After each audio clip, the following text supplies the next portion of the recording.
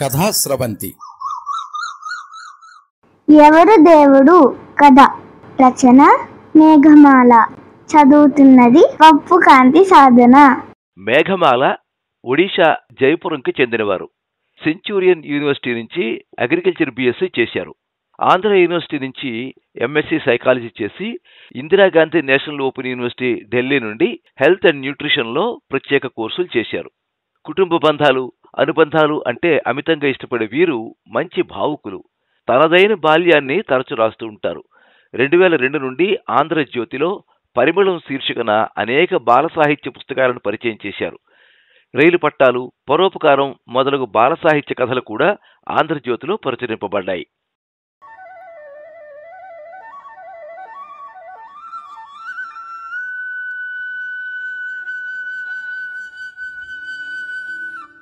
అమ్మ తన పిల్లలకి అన్నం తినిపిస్తోంది. ఇంతలో నాని చెప్పాడు, అమ్మా, ఈరోజు టీచర్ గారు భోజనం చేసే ముందు దేవుడికి నమస్కరించి అప్పుడు మొదలు పెట్టాలని. అవునా అంటూ అమ్మ తలాడిస్తూ నవ్వింది. నానికన్నా 2 ఏళ్ళు చిన్నదైన చిన్ని, అమ్మా, దేవుడంటే ఎవరు అని అడిగింది. అప్పుడు అమ్మ, దేవుడు అంటే మనకి మంచి చేసేవారు, మనకే కాదు అందరికి మంచి చేసేవారు, అందరి మంచిని కోరేవారు అని చెప్పింది.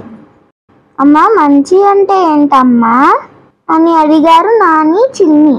అమ్మ నవ్వుతూ, అందరినీ సంతోషంగా సుఖంగా ఉంచేవారు, చూసుకునేవారు.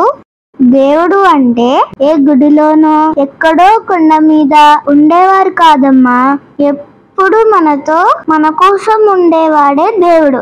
ఇప్పుడు నువ్వు ఈ అన్నం తింటున్నావు అంటే దానికి కారణం రైతు మన కోసం పగలు రాత్రి శ్రమించి పండించి విత్తనం నుంచి మొక్క అయినంత వరకు కాపాడి ధాన్యం వచ్చాక వాటిని బియ్యంగా చేసిన తర్వాత బజారులో వాటిని అమ్మేంత వరకు కష్టపడతాడు.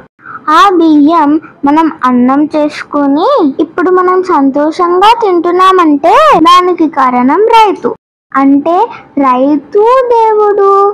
ఓహో అన్నట్టు తలూపారు పిల్లలు. మనం ఇప్పుడు ఇంత సుఖంగా ధైర్యంగా ఉన్నామంటే దానికి కారణం మన దేశ సైనికులు. వాళ్ళు అక్కడ సరైన తిండి నిద్ర లేకుండా, చలి ఎండ వాన అని లేకుండా కుటుంబాలకు దూరంగా ఉంటూ మన కోసం, మన దేశం కోసం రక్షణగా ఉన్నారు. అందుకే మనం ఇక్కడ ధైర్యంగా ఉన్నాము, హాయిగా నిద్రపోతున్నాము. దేశ సరిహద్దుల్లో మన సైనికులు మాత్రం చలిలో మన కోసం ఉంటూ మనల్ని రక్షిస్తున్నారు.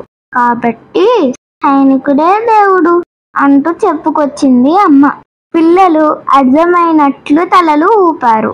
మనల్ని రక్షించేవాడు, కాపాడేవాడు, మనకి భోజనం పెట్టేవాడు, సంతోషంగా సుఖంగా ఉంచేవాడే కదమ్మా దేవుడంటే అని నాని ఆఖరి ముద్ద తింటూ అన్నాడు. భలే భలే, బాగా చెప్పావు అన్నయ్య అని చిరునవ్వుతో అంది చిన్ని. అయిపోయింది.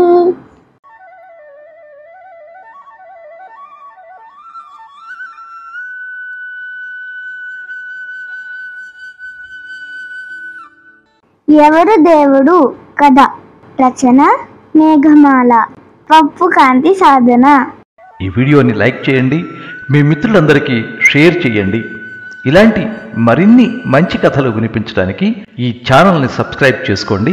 పక్కనే ఉండే బెల్ ఐకాన్ని క్లిక్ చేస్తే ఇలా అప్లోడ్ చేసే వీడియోల వివరాలన్నీ కూడా మీకు ఎప్పటికప్పుడు నోటిఫికేషన్ ద్వారా తెలుస్తాయి. ఎప్పుడు మీ అభిమానాన్ని కోరుకునే పప్పు భోగారావు. సర్వే జనాః సుఖినో భవంతు. కథా స్రవంతి.